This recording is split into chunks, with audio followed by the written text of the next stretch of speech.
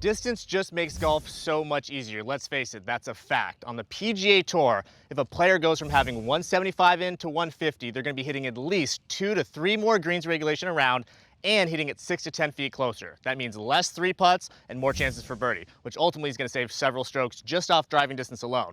Let's talk about distance. How do we get distance? Where can we get it? You know, most of the juniors that I see that are going to college, they're swinging it at 115, 120 easy. Now, not everyone's going to be able to do that, so we're going to be talking about efficiency, we're going to be talking about club fitting, and then finally, the sexiest part, club hit speed and how we can get some more. So let's talk about it. First, starting with what's called efficiency. So efficiency is going to be how solid we hit it, how much ball speed we get from our speed. Smash factor, which the full swing can measure, is terrific. It's going to really show me, hey, that was a really good strike, or I didn't hit it quite in the center. And there's other aspects to efficiency other than just contact. So let's talk about it. So the first thing we're going to talk about is trying to hit it more in the center of the club face. So when you hit it on the heel, the toe, high or low, that's going to change the launch angle.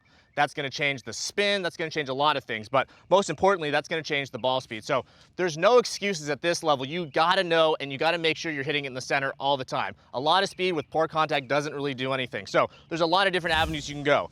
You can use face tape. You can even just use like some basic painter's tape. Super easy and cheap. Just layer it on there every time. Keep trying to hit that same spot.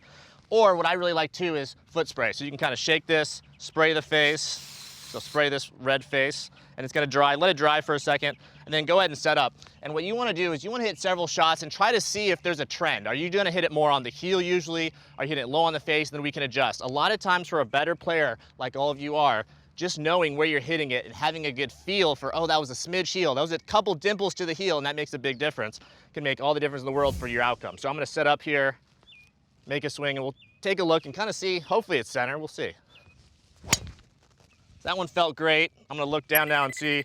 So if we kind of take a closer look, I would say that although that wasn't center, that is the absolute best place to miss. So if you do miss and you do want distance, which I think most people do, high and a little on the toe is gonna launch it higher with a tiny draw, take away a little spin, and it'll go just as far, if not a little farther, but I would never go more than that. Center is always gonna be the best bet. Now, if I hit a lot of shots and I always noticed it here, I'd probably be okay with it, but if it's getting on the heel or low or too high in the face, that's definitely gonna be to your detriment. Now, the next drill that I want you to do, if you're not gonna use face tape, or even if you are, is I wanna do a gate drill with 2 balls teed up. So here's how this works. You're gonna go ahead and tee a ball up outside of the driver head. You're gonna tee a ball up inside of the driver head. And you're going to go ahead and try to split the difference here. So if I go too far out, which would be a heel hit, I'll hit it the outside ball. If I come too side in, I'll hit the inside ball.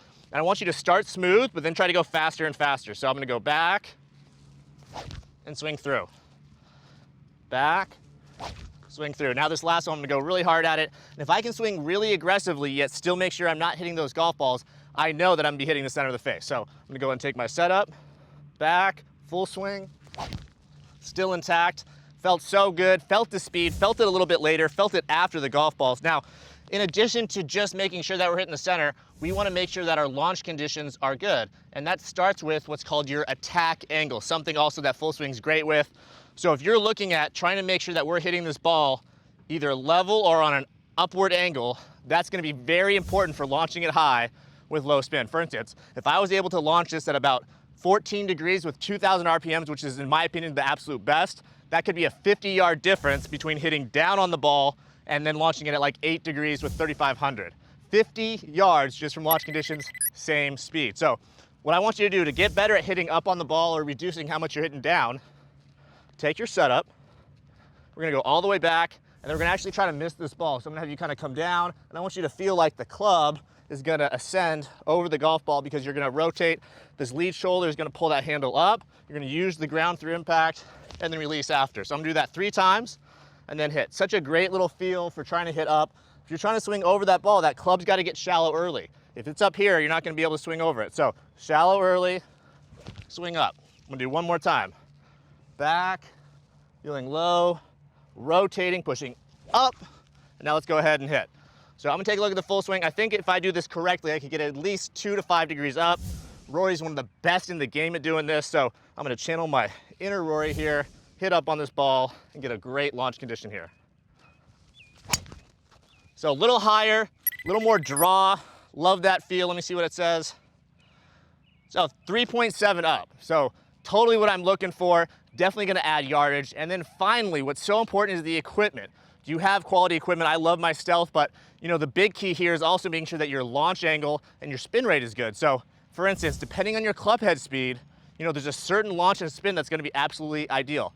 Good fitters know that. That's very, very important. So making sure that you have the right loft, the right shaft, and that you can launch it maybe at that like 14 and then spin it at 2,000 is phenomenal. So driving distance, you can never have too much. It's gonna keep you in play. It's gonna keep you having wedge opportunities and ultimately making more birdies.